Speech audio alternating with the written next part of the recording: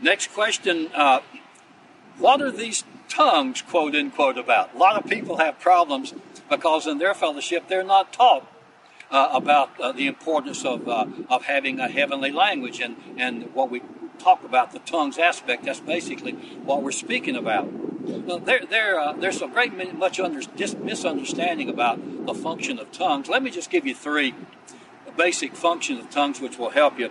First of all, before I say that, let me just say that they're true. They're valid. The Bible speaks about them. The Bible gives authorization for them. The Bible allows for them and functions through them. So the first message, function of tongue, is a message to the unbeliever. When the unbeliever sees a person speaking in tongue, that's there's a drawing to that.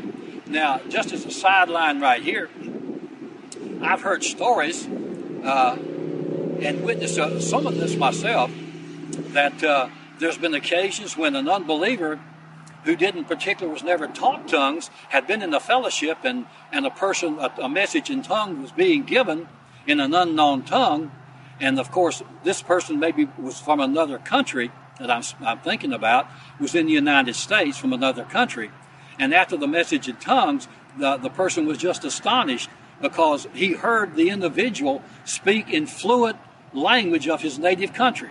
So that was a miraculous message, maybe just to woo that particular heart. God will do a lot for an individual heart to get a person saved. So the first aspect of tongues is a message to the unbeliever. If unbelievers are in the congregation and a message in tongue is given, then the prophecy through that will be a drawing to them. The next function of tongues, there's a personal prayer language that God gives. This is to be used in your prayer closet. And if you read in 1 Corinthians chapter 14, it will speak expressly to this area.